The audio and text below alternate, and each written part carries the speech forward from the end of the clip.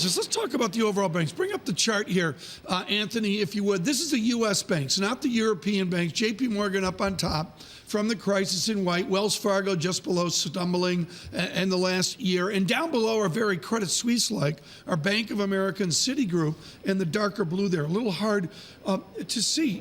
Where's the new banking going? How do you perceive American banking if you need scale to make margin, but you don't want to be too big because then there's a jumble here of where we go. Right. Well, certainly the American-based investment banks, Goldman Sachs, Morgan Stanley's, J.P. Morgan's, they're clearly going to be stealing market share from their European counterparts, right? You know, your Deutsche Bank, Credit Suisse, UBS, all seem to be in structural retreat of some form. Then you have, of course, good news out of Washington, or let's hope so, in terms of constructive deregulation.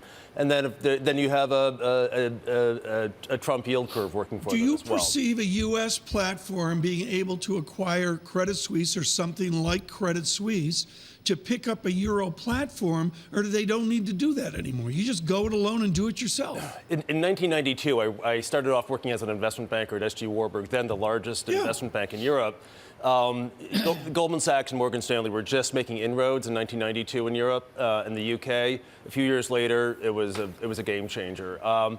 And I don't know if they really need to do that. I think they can probably extend their brands, maybe on wealth management. Or other specific business units. There's great assets to pick up. But overall, I don't know whether that would happen. I also, and I'm not an expert on Swiss investment banks by any stretch, but I wonder whether there's. I mean, it's nice to talk to somebody on surveillance, folks, who's actually lived the business, like a Michael Purves and many of our other guests. Does scale matter anymore? I mean, I get the idea. We have 5 or 6 banks that can't grow deposits anymore because they're too big. I get the limitation, the constraint of that. But where does scale fit into modern banking?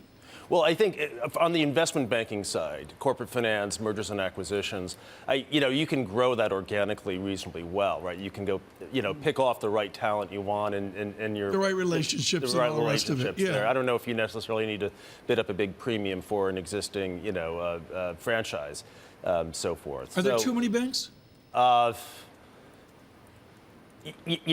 Domestically, I think, 15 years ago, there might have been 15,000 banks, and that's been whittled down a lot. And some people would argue that that's still, whatever it's been whittled down, it's still too many. Of the 30 or 40 biggest users of Bloomberg terminals, are there going to be fewer in 5 years? And I can't figure it out. I can't figure out.